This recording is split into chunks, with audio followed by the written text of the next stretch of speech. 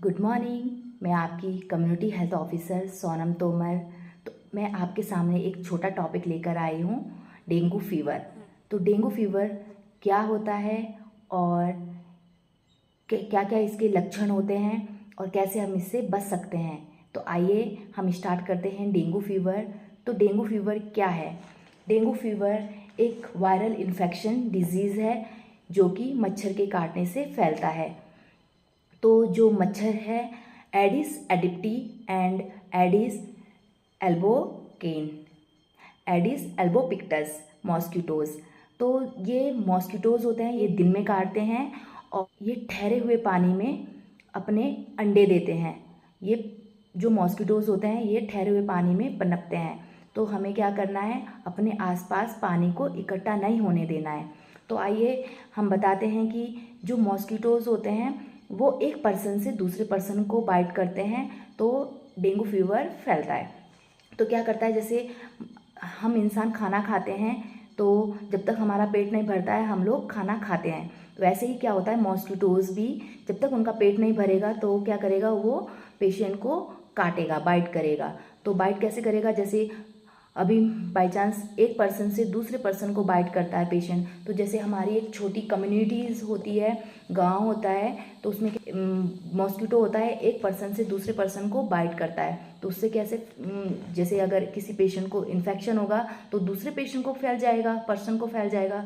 तो वैसे ही क्या होता है, डेंगू फीवर जो होता है वो जैसे कि मॉस्किटोज़ होते हैं वो अपनी प्रोटीन लेने के लिए, अपने बॉडी को इम्यूनिटी लेने के लिए क्या करता है, पेशेंट का ब्लड सक करता है। तो उससे क्या करता है पेशेंट, तो एक पर्सन से दूसरे पर्सन को बाइट करने से डेंगू फीवर फैलता है।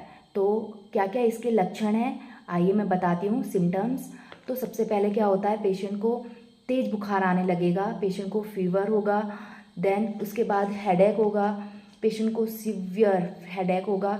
देन सर दर्द होगा एंड आई पेन होगा। पेशेंट के जो बैक, मतलब जैसे पेशेंट पीछे को देखेगा ऐसा लगेगा कि पीछे को पेन हो रहा है पेशेंट के।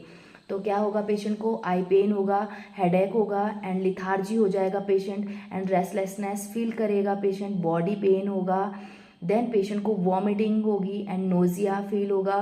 देन अगर पेशेंट ज़्यादा ही सीवियर है, सीवियर कंडीशन में क्या होता है, पेशेंट शॉक में भी जा सकता है।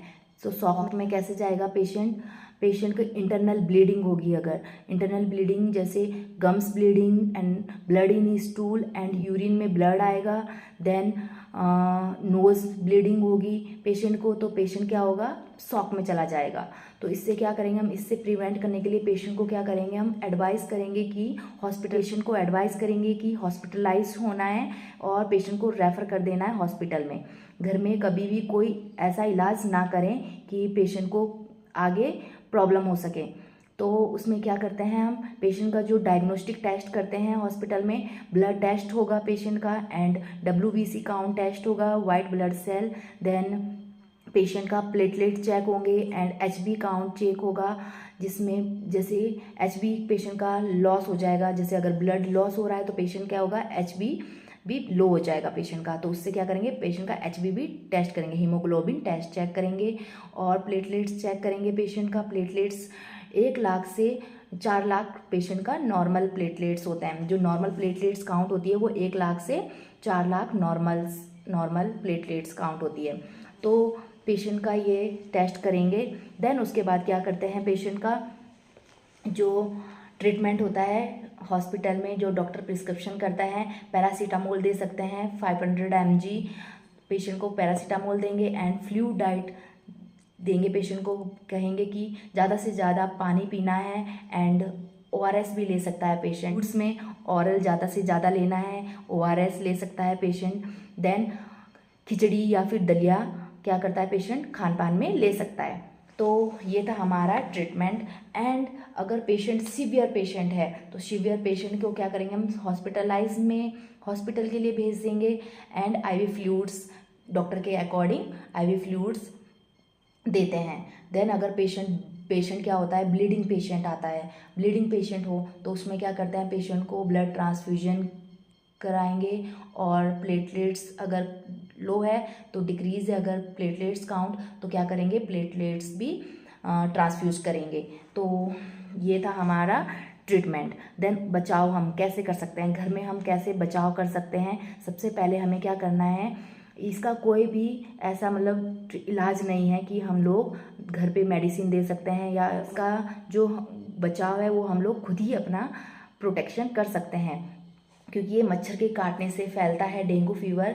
तो क्या करना है, सबसे पहले जैसे कि आजकल समर्स में लोग क्या करते हैं, कूलर यूज़ करते हैं, कूलर में हम पानी डालते हैं, तो पानी को हम ज़्यादा दिन तक इकट्ठा नहीं होने देना है कूलर में। और अपने आसपास जो गमले होते हैं, गमलों में पानी इकट्ठा नहीं होने देना है, घड़े से पानी इकट्ठा नहीं होने देना है। देन उसके बाद क्या करते हैं, पेशेंट को जैसे कि कोई जैसे पार्क में जा रहे हैं, शाम को इवनिंग वॉक कर रहे हैं, मॉर्निंग वॉक कर रहे हैं, तो हमें क्या करना है, फुल स्लीव ड्रेस पहन के रखना है।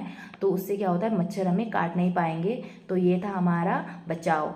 तो ये थे हमारे डेंगू फीवर के कि कैसे कैसे होता है और क्या क्या इसके लक्षण होते हैं, किस कारण से फैलता है और कैसे हम इससे बच सकते हैं। तो आइए, सबसे रिक्वेस्ट करती हूँ कि अपने आसपास साफ सफाई रखें और मच्छरों को वो पैदा होने ही ना दें। तो थैंक यू।